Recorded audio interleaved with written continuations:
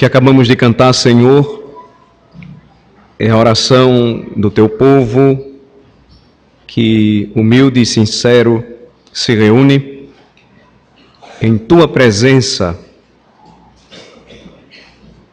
se curva e o adora e roga que no momento da profecia, da pregação do teu evangelho, que as palavras dos nossos lábios e o meditar do nosso coração sejam agradáveis na tua presença, ó Senhor, rocha minha e redentor meu.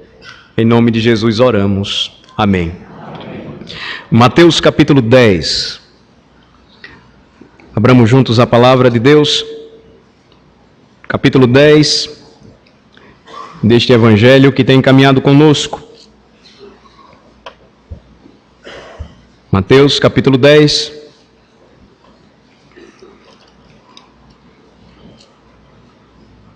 Hoje nós continuaremos a analisar, a estudar juntos este capítulo, e algumas lições nos foram transmitidas à medida em que estudamos esta passagem, foram ensinadas a nós e percebemos juntos como o Senhor Jesus Cristo, Ele planejou, projetou e fundou a sua igreja.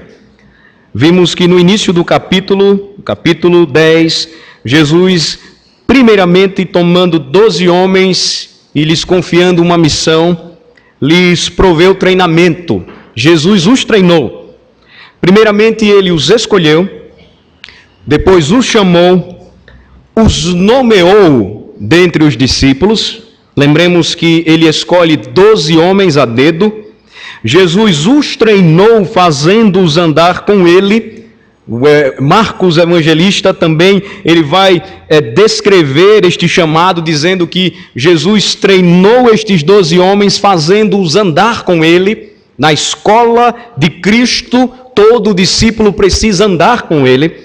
Jesus os fez apóstolos, isto é, aqueles que foram enviados para uma missão. Enviados por Cristo, o Rei, como arautos para proclamar o seu evangelho, de forma que eles foram transformados em pregadores ou proclamadores da palavra. Vimos também algo a respeito da missão que Jesus lhes confiou, a partir do versículo de número 5 até o versículo de número 15. A missão que eles receberam do Senhor foi muito clara e específica.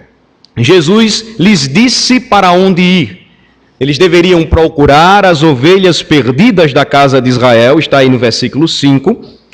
Primeiramente, deveriam anunciar o evangelho àquelas ovelhas vistas por Cristo como que sem pastor.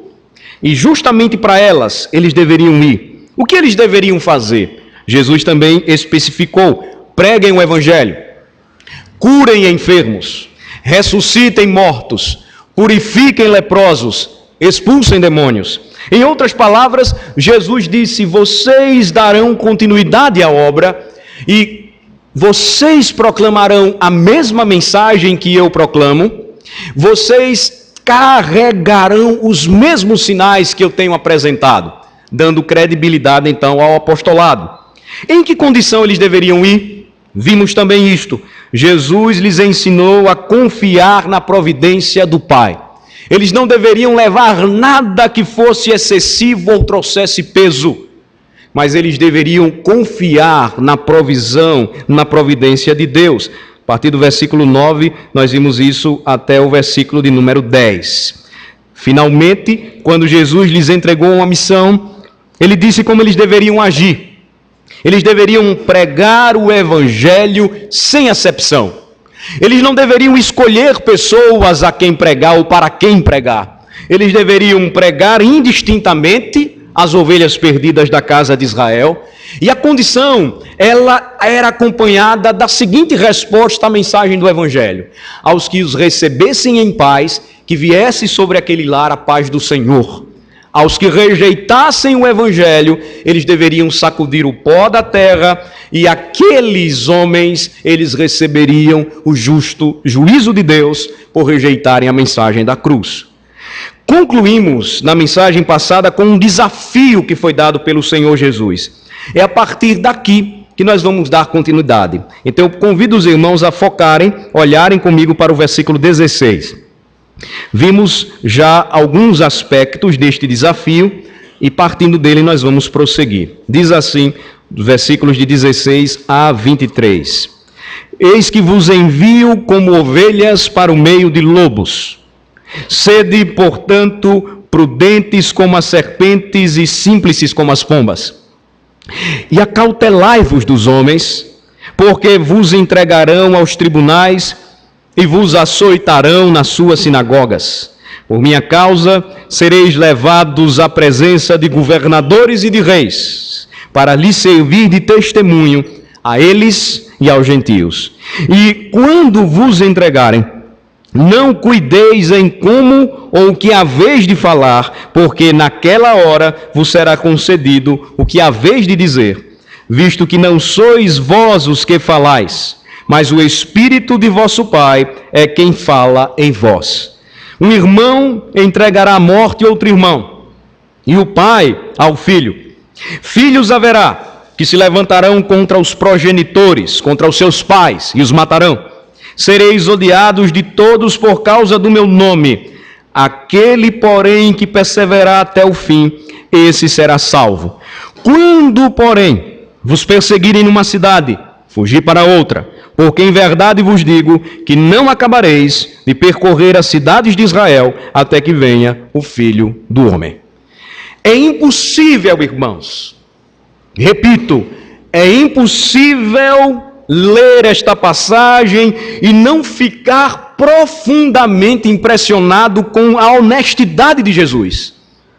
Ele nunca escondeu das pessoas o que poderiam esperar caso decidissem segui-lo. Jesus não escondeu nada de seus discípulos, como ainda hoje ele não esconde nada de ninguém. Aqueles que desejam segui-lo, aqueles que decidem segui-lo, devem esperar tudo aquilo que está descrito aqui. Esta não é a maneira, certamente, do mundo ganhar e conquistar seguidores. O mundo não é claro para conquistar o seu espaço. O mundo vai oferecer um mar de rosas para as pessoas. O mundo vai oferecer tranquilidade, vai oferecer comodidade, vai oferecer todo o sucesso para as ambições dos homens. Mas percebam que Jesus Cristo jamais escondeu algo de ninguém. Ele disse claramente aos seus discípulos o que tinha para lhes oferecer: tribulação e morte. Jesus foi claro ao dizer aos seus discípulos: eu vou enviar vocês como ovelhas para o meio de lobos. O interessante, irmãos, é que na história da humanidade, apenas aqui me permitam uma ponte histórica, uma ligação com a história da humanidade. Alguns homens entenderam o propósito de Jesus, ainda que não tivessem vivido ou se dobrado aos seus pés, mas refletindo aquilo para o que o homem foi criado. Agiram assim como o mestre agiu e já havia mostrado claramente aquilo que sempre atrai e chama a atenção de muita gente: o desafio, a jornada, a aventura da fé, mas não como um salto na escuridão, mas com um propósito certo, como o encarar corajoso de uma grande batalha. Eu poderia citar aqui alguns exemplos, eu me limitarei apenas a 2 exemplos e tentando explicar aos irmãos o que de fato a história demonstra que Jesus estava certo. E que a sociedade e o mundo em que vivemos hoje carece de heróis e de homens de coragem e de homens que digam claramente o que querem. Jesus, sendo o maior exemplo de verdadeiro homem, ele conquistou o coração de muitos, a começar de 12 homens, dizendo: olha, eu não tenho nada a oferecer para vocês, senão tribulação e morte. Vocês querem isso? Nós olhamos na história, por exemplo, quando Roma estava cercada, e isto no século XIX, quando aquele grande general e desbravador, patriota italiano, herói dos mundos, chamado Garibaldi, ele disse: olha, nós não conseguiremos vencer este exército que é muito maior do que nós. Eu não tenho outra coisa para dar a vocês senão sofrimento, fome, sede, sangue, mas glória e conquista. E a história descreve, os meninos e meninas que estudam sabem do que eu estou falando, como ele arregimentou milhares, tendo isso para oferecer. Quando nós olhamos a história e percebemos, por exemplo, como Deus em sua providência usou meninos, jovens, corajosos para mudar o curso da Segunda Grande Guerra Mundial. E tendo uma Inglaterra acuada, uma França dominada, uma Holanda tomada, Churchill, discursando para o seu povo, disse: eu não tenho nada a oferecer para vocês, soldados, nada mais do que sangue, luta, suor e lágrimas. Estes homens, eles foram apenas pequenas centelhas ou faíscas do que foi o nosso maravilhoso Redentor, quando ele ofereceu aos seus homens 3 tipos de adversidade que são as mesmas, que serão encaradas por todo corajoso e bravo soldado que decide seguir a Jesus Cristo. A primeira delas é aquela que ele mesmo claramente afirmou: o Estado os perseguiria caso eles decidissem segui-lo. Ele disse: cuidado com os homens, porque eles entregarão vocês nos tribunais, eles açoitarão vocês em suas sinagogas, por minha causa vocês serão levados aos governadores e aos reis. Jesus não escondeu aos seus discípulos aquilo que os primeiros cristãos eles experimentaram. Na realidade, o temor daqueles homens e mulheres, jovens e até mesmo crianças, não era o sangue, não era o sofrimento, não era a agonia. A história está aí para provar isso, irmãos e irmãs. Eles iam ao Coliseu cantando e sofrendo e chorando, mas o grande dilema da vida deles era ter a palavra certa para falar na hora certa, o testemunho da sua fé. E notem como o Senhor Jesus Cristo consolou profundamente os seus discípulos, quando disse no versículo 19: quando entregarem vocês, não cuideis em como ou que haveis de falar, porque naquela hora vos será concedido o que haveis de dizer, visto que não sois vós os que falais, mas o Espírito do vosso Pai é quem fala em vós. Eles suplicavam ao Senhor a promessa que foi dada à igreja, pois eles tinham certeza que o Estado os perseguiria, que a igreja os perseguiria, que até mesmo a família iria persegui-los. Jesus deixou isto muito claro. Irmão entregaria à morte outro irmão, pai entregaria o filho à morte, filhos se levantariam contra os pais. E Jesus então diz: vocês serão odiados por todos por causa do meu nome, mas aquele que perseverar até o fim, esse será salvo. Os irmãos estão percebendo a realidade descrita por Jesus aqui? Os irmãos estão percebendo que esta é a mesma realidade desafiadora para aqueles que aceitam esta jornada?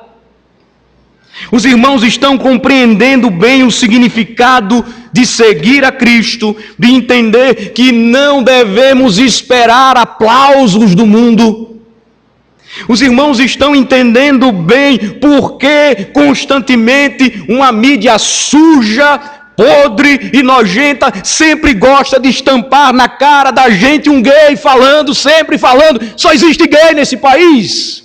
Obviamente que não. Mas é a reação do mundo a um povo que levanta e anuncia valores reais e eternos.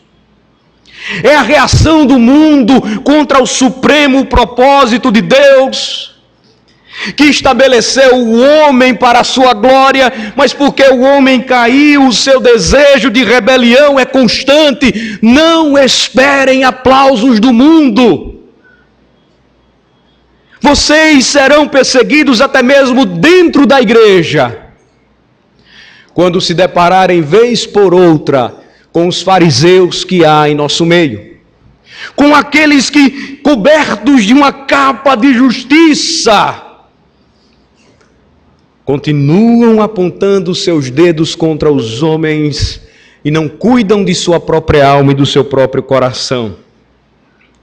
Vocês experimentarão a própria reação de seus familiares, de seus amigos, quando aceitarem a Cristo, quando se decidirem por Ele. Muitos aqui, a maioria, já fizeram isso, e se tornarem alvo da chacota e da zombaria dos seus. Ele agora é crente. Ele agora é o melhor do mundo, ele anda com a Bíblia debaixo do braço, ele não faz mais nada que fazia antes, ele diz que vai todo mundo para o inferno. É claro que tudo isso, irmãos, é a reação de um mundo podre, de um mundo imerso em lama e pecado, e que teima em perseguir, porque a natureza do sistema e dos corações dos homens sempre resistirá à lei de Deus que acabamos de cantar. É perfeita e a única que tem poder para restaurar a alma. Cristo, ele traz uma mensagem profundamente impactante para os nossos dias, e nós notamos isso quando ele deixa claro para nós que ele jamais escondeu algo de alguém ou de ninguém. Vamos olhar o versículo de número 24 agora na continuação, e percebermos juntos que Jesus Cristo também, ao chamar aqueles homens que se tornariam as colunas, os baluartes da igreja, lhes falou também sobre seu sofrimento. Eles iriam sofrer. Versículos 24 e 25. Vamos ler juntos. O discípulo não está acima do seu mestre, nem o servo acima do seu senhor. Basta ao discípulo ser como seu mestre e ao servo como o seu senhor. Se chamaram Beelzebu ao dono da casa, quanto mais aos seus domésticos. Jesus advertiu seus discípulos que esperassem o mesmo que estava acontecendo com o seu Senhor. Vejam novamente para o versículo 24. Nenhum discípulo está acima do seu mestre, nenhum escravo acima do seu senhor. Jesus disse que como ele levaria uma cruz, também cada cristão deveria levar a sua. Não há possibilidade de outro caminho senão sofrermos por amor a Cristo. Se nós optamos pelo caminho mais fácil, se nós optamos pelo caminho do mundo, nós não entenderemos o preço que todo crente paga por sua fé. O fato de que nós só experimentaremos uma profunda comunhão com Jesus Cristo se entendermos o que ele mesmo nos falou no versículo 25. Basta ao discípulo ser como o seu mestre e ao servo como o seu senhor. Se participamos em comunhão de seus sofrimentos, certamente seremos participantes, nos diz a Escritura, de sua gloriosa vitória, de sua gloriosa ressurreição. Notem como Jesus estava sendo chamado. Este nome era um nome dado a Satanás. Esse nome era um nome aplicável em um tom irônico pelo judeu. É um termo aramaico que estava ligado a Baal-zebuba, senhor das moscas. Era um termo de zombaria ao deus pagão, ao deus Baal, e que depois foi ganhando forma e sempre se referindo ao demônio. Tamanha a resistência, a rebeldia, pecado e blasfêmia dos homens. Chamavam Cristo de Beelzebu. E vocês esperam o quê? Se chamaram Beelzebu ao dono da casa, quanto mais aos seus domésticos. Jesus então fala de sofrimento. Jesus os adverte veementemente, dizendo: olha, não esperem algo melhor. É o estímulo daquele que aceita esta jornada. É o estímulo para aquele que entende o desafio da fé, mas não se esquece de que lado está jogando, em que time está jogando. Mas ele prossegue, e quando ele fala a respeito deste assunto, ele também trata de algo que é muito comum para o discípulo de Jesus. Vejam comigo os versículos de 26 a 31, que Jesus também lhes passou aos seus discípulos instruções sobre como eles deveriam se libertar do medo. E o grande empecilho, meus irmãos, para a nossa caminhada cristã, para o nosso compromisso maior com o Evangelho, para uma vida cristã vitoriosa, experimental, piedosa, santa, é o temor que temos das pessoas, é o medo que temos dos homens. E Jesus trata de maneira muito clara sobre este assunto, quando 3 vezes ele exorta seus discípulos a não ter medo. O mensageiro do rei, Jesus afirma, tem de ser corajoso, do pregador ao cristão mais simples. Todos devemos ter coragem. Esta coragem é prometida pelo Senhor, e esta coragem nos distinguirá das demais pessoas.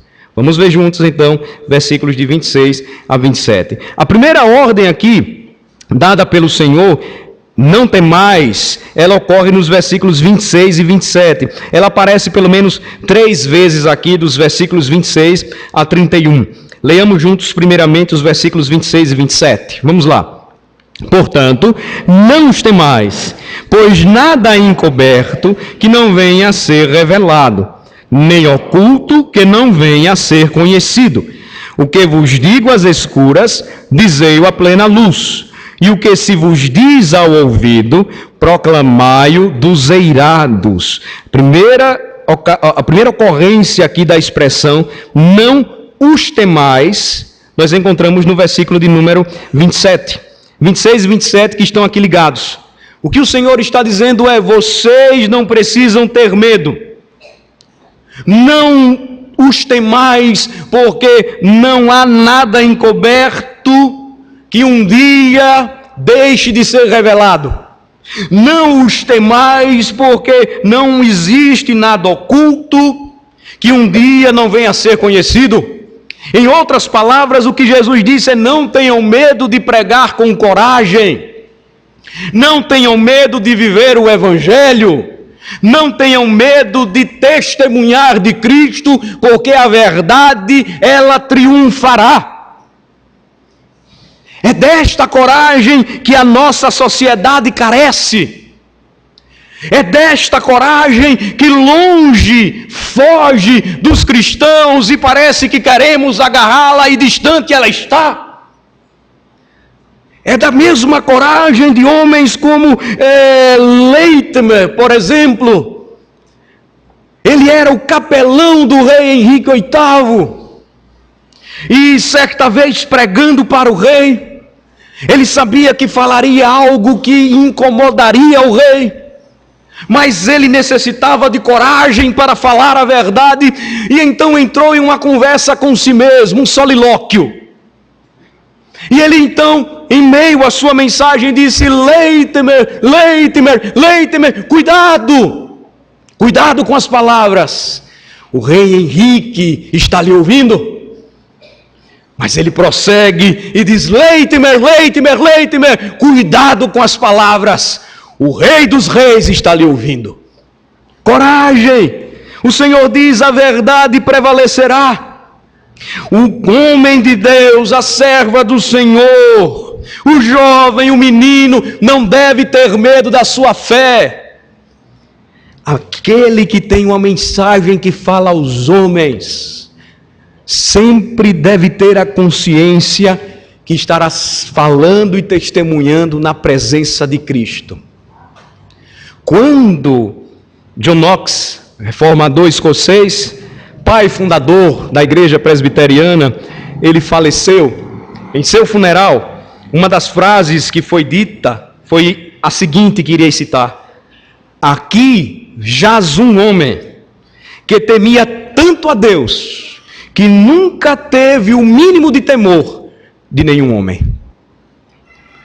Precisamos, irmãos, desta coragem, e Jesus diz: não os temais, a verdade triunfará, triunfará.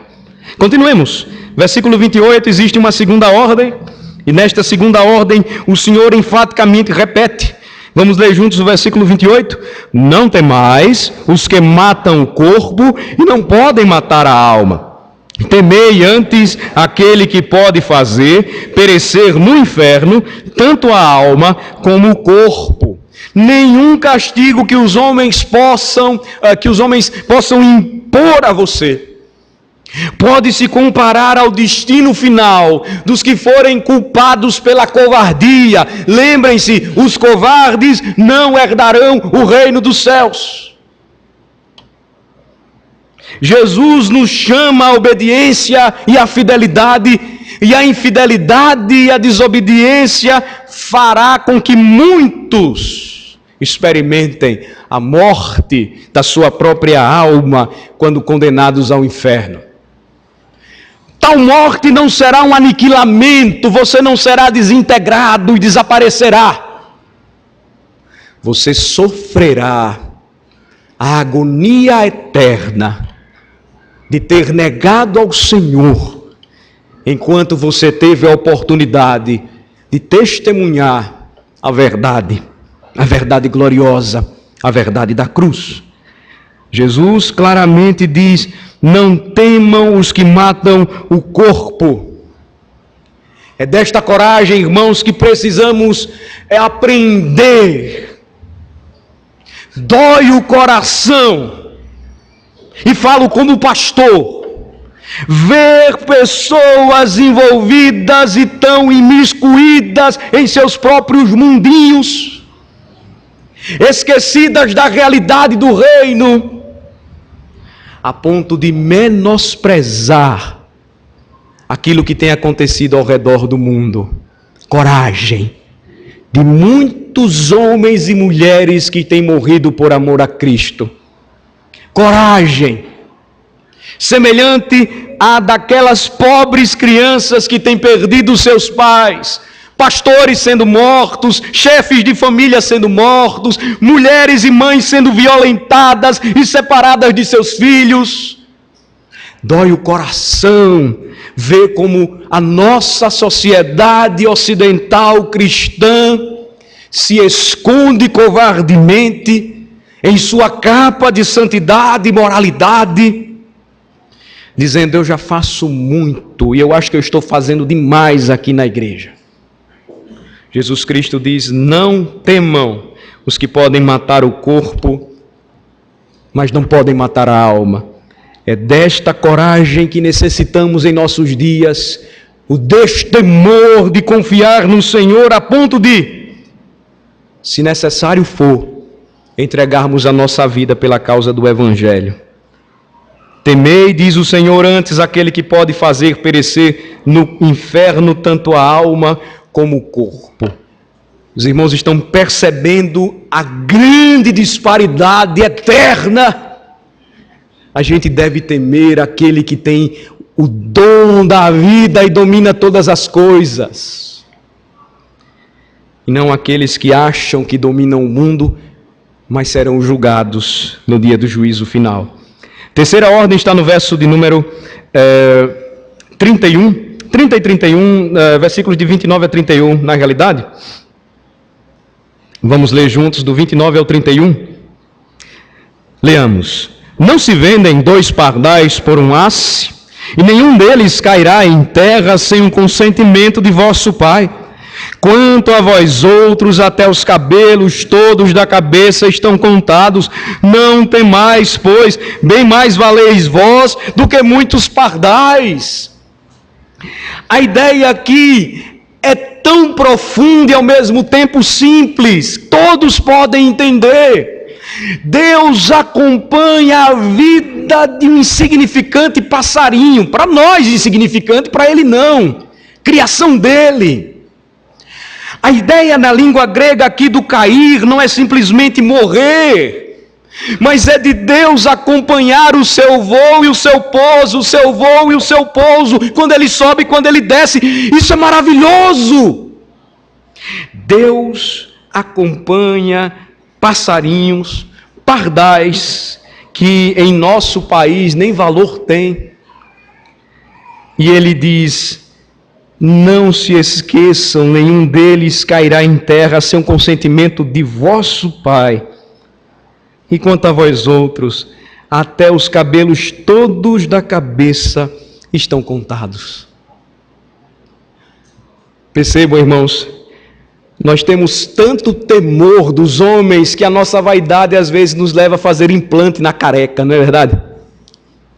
A gente quer fazer alguma coisa para melhorar a beleza, para rejuvenescer, achando que a gente vai conseguir vencer o tempo, que está nas mãos do Senhor.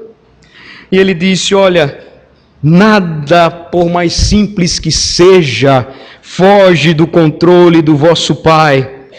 E aí ele conclui: não temais, pela terceira vez, vocês valem mais do que muitos pardais. A Bíblia descreve o povo de Deus como propriedade exclusiva dele. Raça eleita, nação santa, a menina dos seus olhos, ou seja, aquilo que tem de mais precioso para ele. Mas, infelizmente, muitos cristãos ainda teimam em se esquecer que se Deus cuida dos passarinhos, ele também cuidará de seus discípulos. E então eles continuam temendo aquilo que os homens fazem, aquilo que os homens podem dizer a seu respeito, sentem vergonha de Cristo. Oh, irmãos, como precisamos ensinar os nossos filhos a não terem vergonha de Cristo, a não terem vergonha de dizer claramente, em alto e bom som, que são crentes. Evangélico não, que essa frase está infelizmente desgastada. São crentes, crentes em Cristo. Porque na sequência Jesus ensinou aos seus discípulos sobre lealdade e recompensa. Leamos juntos os versículos 32 e 33. Vamos ler? Portanto, todo aquele que me confessar diante dos homens, também eu confessarei diante de meu Pai que está nos céus.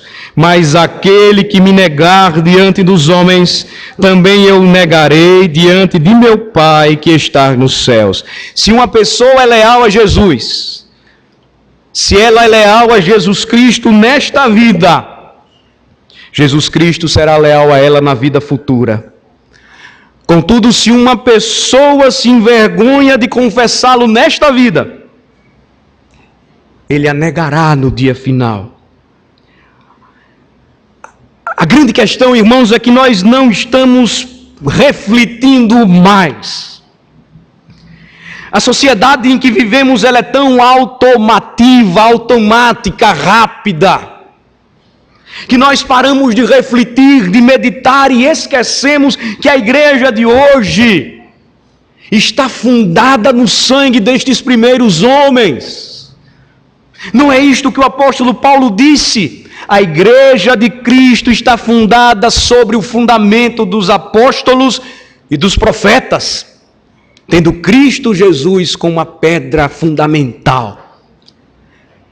A convicção daqueles homens era tamanha que um governador de uma província romana, a Bitínia, chamado Plínio, escreveu muita coisa, e ele tinha técnicas para tentar fazer com que os pagãos reconhecessem os deuses romanos. E nessa história entraram os cristãos que eles consideravam ateus, porque não adoravam as divindades romanas pagãs. E ele tentou até fazer com que os cristãos negassem a Cristo. Ele fazia toda uma preparação para que eles queimassem incenso aos deuses, para que eles oferecessem sacrifício aos deuses, para que depois, então, eles negassem o nome de Jesus e dissessem que César era divino, o imperador romano. Eu cito para vocês a frase de Plínio, porque ele escrevendo ao imperador, ele disse: aos que se dizem cristãos, é impossível, não se pode obrigá-los a fazer estas coisas. Eles morriam, mas eles não negavam a Cristo. Eles morriam, mas eles não faziam como nós, que negamos a Cristo por tão pouco na internet, acessando sites impróprios, profanos, imundos. Negamos a Cristo por tão pouco quando não cumprimos o nosso papel de marido e pai, ou de esposa e mãe, ou de filhos que devem honrar os pais. Negamos a Cristo por tão pouco quando nos esquecemos de convergir ou direcionar toda a nossa vida, tempo, recursos, bens para a causa do Evangelho. Cristo não disse que você deveria vender tudo e dar para a igreja. Isso é enganação. Enganação do diabo. Mas Cristo chamou você a confessá-lo diante dos homens. E confessá-lo diante dos homens não é só dizer que você crê em Jesus, não. É ter um total comprometimento com Ele. Infelizmente é possível ainda hoje uma pessoa negar a Jesus Cristo. Infelizmente, esta pessoa pode negá-lo com suas próprias palavras. E, meus irmãos, um cristão não pode se esquivar do dever de ser diferente do mundo. Ele não pode ser parecido com o mundo, ele tem que ser diferente do mundo. O cristão não deve se amoldar a este mundo, mas ele tem que claramente mostrar que é diferente dele, que não se parece em nada com ele. É possível que alguém negue ao Senhor com o seu silêncio, muito mais do que com suas palavras. Eu penso que nos dias em que nós vivemos, o maior número de negações ao nome de Jesus se dá pelo silêncio. Quando Ele nos concede oportunidades de falar da nossa fé e nos calamos. Quando Ele nos dá oportunidades para falar algo sobre Jesus e ficamos silentes. Quando na segunda-feira, no dia de amanhã, estaremos no trabalho ouvindo as mesmas besteiras, as mesmas bobagens, as mesmas nojeiras que os nossos colegas fizeram, mas silentes, não falamos de onde passamos o domingo, a quem adoramos, a quem servimos, quem derramou o seu sangue por nós, ó irmãos. É possível que estejamos negando a Cristo pelo nosso próprio silêncio.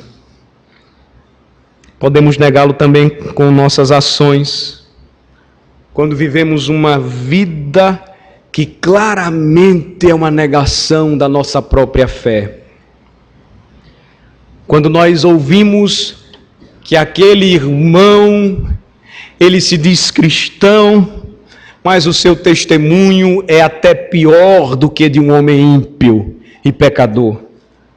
Quando não aplica a si mesmo e nas relações os valores do Evangelho e do Reino. Cristo claramente nos exorta que aquele que o negar diante dos homens, ele também o negará diante do Pai que está nos céus. Por isso que a confissão da nossa fé, ela é importantíssima, irmãos. Professar a fé, votos que fazemos ao Senhor, a aceitação do ofício, da ordenação, é algo que carregaremos sempre conosco. E tenhamos cuidado para não estarmos fazendo aquilo que é abominável aos olhos do Senhor. A confissão da nossa fé em Cristo, ela é muito mais do que palavras. É quando falamos do que cremos, é quando vivemos o que cremos, é quando não deixamos de dizer aquilo que cremos. Nos aproximando do fim, temos os versículos 34 e 39, onde Jesus também falou a respeito da sua guerra. Lembrem-se que ele desafiou os seus discípulos a uma jornada, a uma aventura da fé, mas não é uma aventura sem propósito, é aquela jornada semelhante ao propósito que os homens aceitavam de guerrear e de batalhar e de conquistar algo claro, algo visível, algo prometido. Versículos de 34 a 39, Jesus falou então sobre a sua guerra. Eu peço a atenção dos irmãos para a leitura que irei fazer. Não penseis que vim trazer paz à terra, não vim trazer paz, mas espada.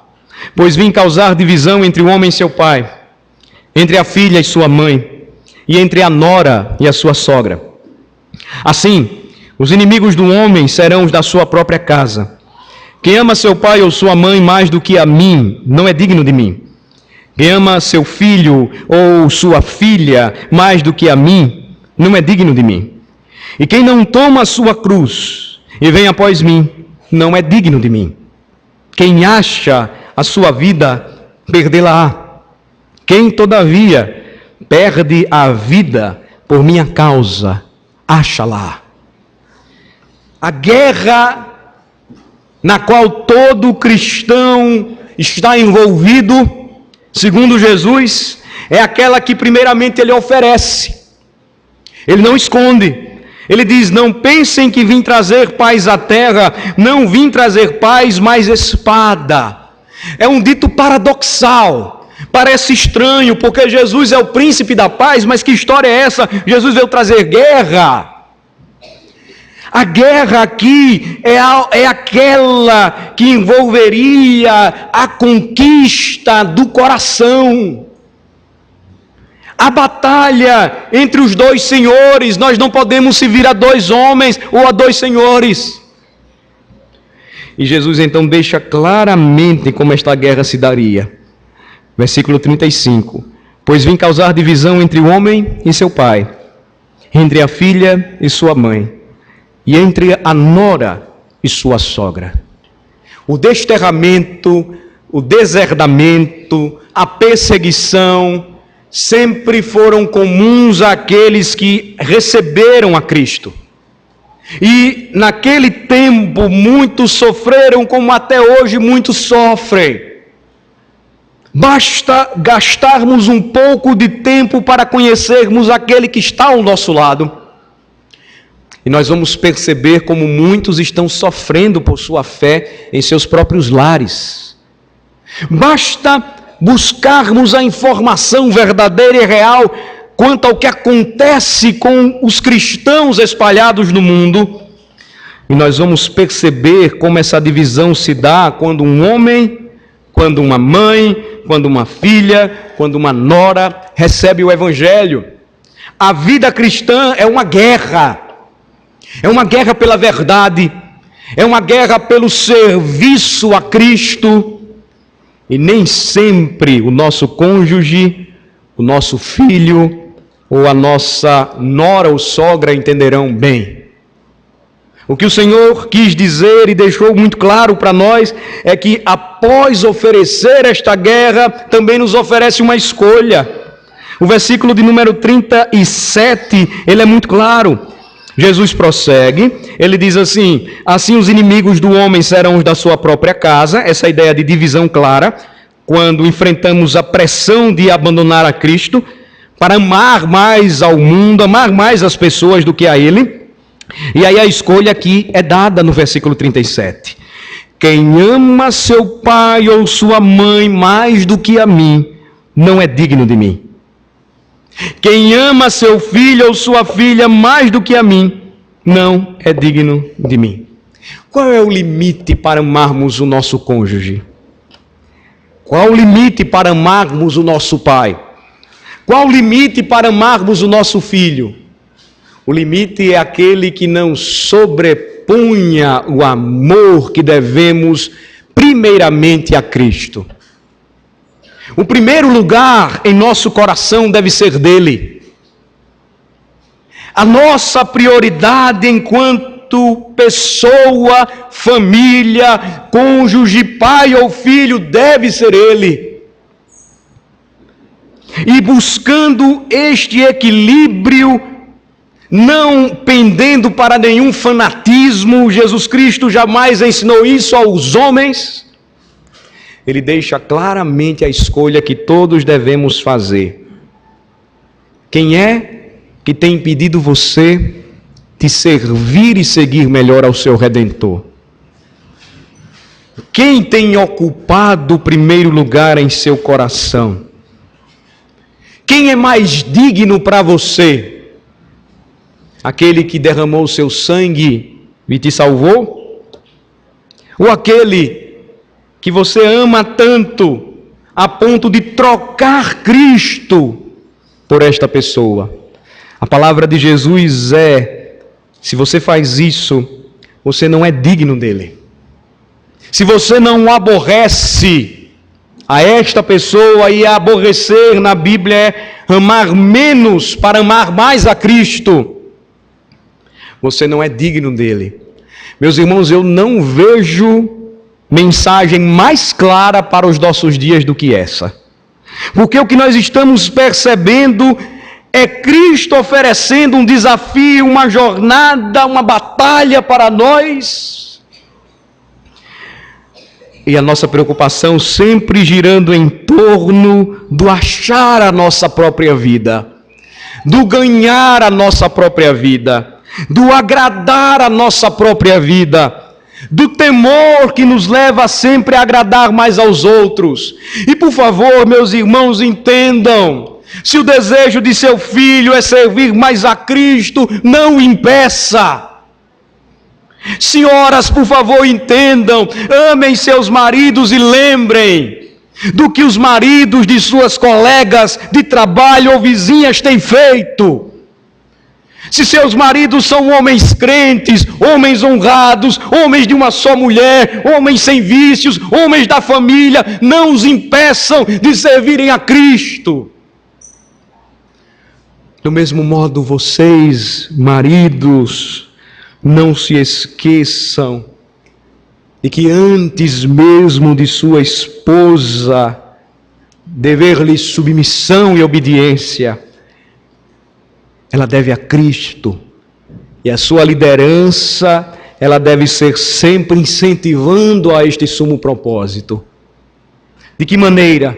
Fazendo com que ela passe o dia todo na igreja orando? Obviamente não.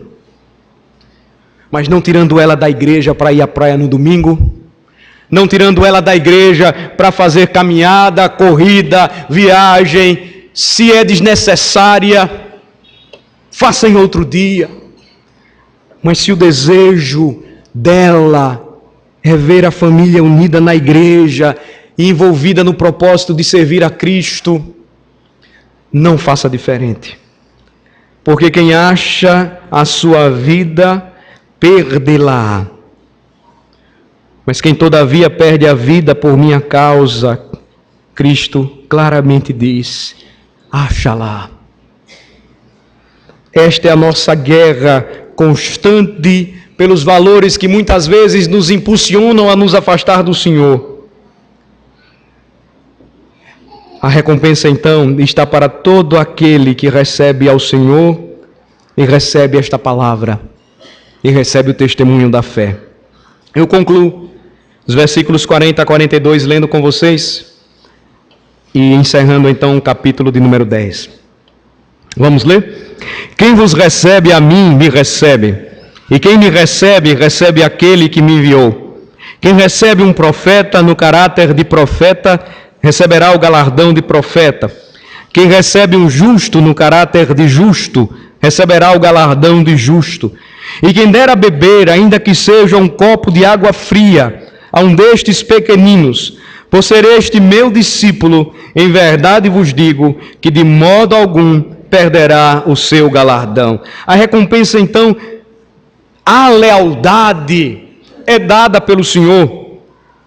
Quem recebesse aqueles homens estaria recebendo a Cristo. Quem recebe a palavra da salvação e recebe a palavra do profeta, a pregação fiel das Escrituras, deve esquecer aquele que fala e, vendo que a mensagem é a mensagem da cruz, entender que está recebendo ao Senhor. E a recompensa daqueles que ouvem, atendem e praticam é galardoadora. É uma recompensa baseada na graça, porque pela graça vivemos, pela graça e misericórdia de Deus. E de uma maneira muito simples, irmãos, o Senhor conclui dizendo que até mesmo um copo de água fria, dado a qualquer um destes pequeninos, por ser este meu discípulo, em verdade vos digo, é uma expressão solene de Cristo, perderá o seu galardão. Às vezes nós pensamos que não participamos da obra do Evangelho, porque Deus não nos concedeu o dom de pregar. Não foi propósito de Deus que me tornasse um missionário e um pastor. Mas Cristo conclui dizendo que o envolvimento da sua igreja, se acontecer, é abençoador de uma maneira tamanha, de que até mesmo um copo de água dado a um missionário jamais será desprezado. Eu concluo com uma história passada, contada há muito tempo atrás por um cristão, sobre o testemunho de um sapateiro.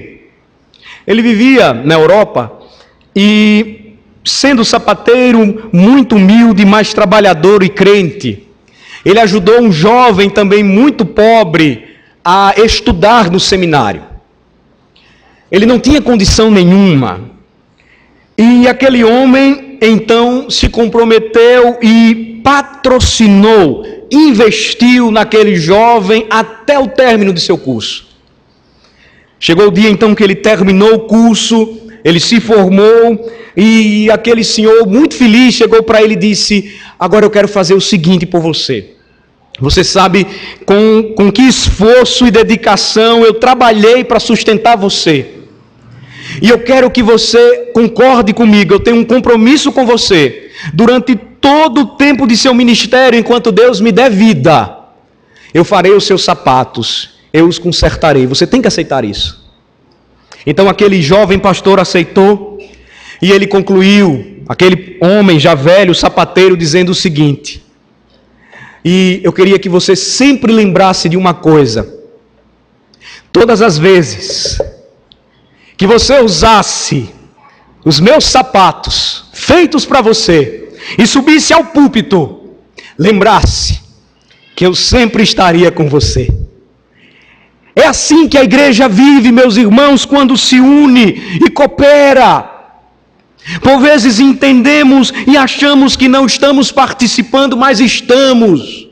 Quando oramos, quando testemunhamos, quando apoiamos a pregação do Evangelho. E não se esqueçam que todas as vezes que se levantar um pregador desta igreja, todos vocês têm participação. Aos que passaram, aos que estão, não se esqueçam, quando ele subir a este púlpito, os seus sapatos estarão também com eles. Oremos ao Senhor. Ó Senhor, nosso Deus e nosso Pai, nós louvamos o Teu santo nome e agradecemos ao Senhor por fazermos parte desta jornada de fé, deste chamado, do desafio de sermos testemunhas de Cristo, porque somos a sua igreja, o seu povo redimido. Dá-nos a graça, Senhor, de entendermos claramente a direção do Senhor para nós, em dias de tanto mundanismo, secularismo, frieza espiritual nos corações.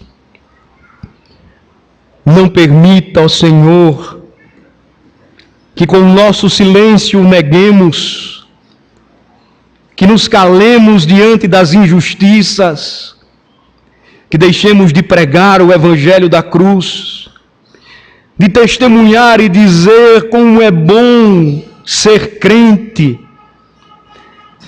e experimentar desta vida vitoriosa, simples, mas triunfante, porque quer na vida ou na morte, nós somos do Senhor. Ajuda-nos, ó Senhor, a sermos leais, pois o Senhor nunca nos deixou, jamais nos abandonará e nunca escondeu o preço e as consequências de segui-lo. Não queremos ser covardes, Senhor, mas queremos erguer bem alto a bandeira da graça do Teu Evangelho. E em um mundo mau que certamente nos perseguirá, suplicamos ao Senhor que nos ajude a viver de maneira simples, mas poderosa. E, de fato, sermos galardoados pelo Senhor por cooperarmos uns com os outros e atendermos ao chamado de proclamar o Teu Evangelho a toda a nação. Abençoa, Senhor, o Teu povo, a Tua igreja, dando forças aos irmãos que têm sofrido por amor a Cristo. Restaura a vida e a fé daqueles que têm tropeçado e que, arrependidos, desejam ao Senhor renovar a aliança contigo. E, ó Senhor, arregimenta homens e mulheres, jovens, meninos e meninas nesta noite para o Teu exército, chamando-os para formar conosco estas fileiras celestiais, chamando-os à conversão e à fé genuína no Senhor, e assim marcharmos juntos a Jerusalém celestial. Bendizemos o Teu nome, Senhor, por Tua santa palavra, pois nos gloriamos somente no Senhor. Em nome de Jesus. Amém.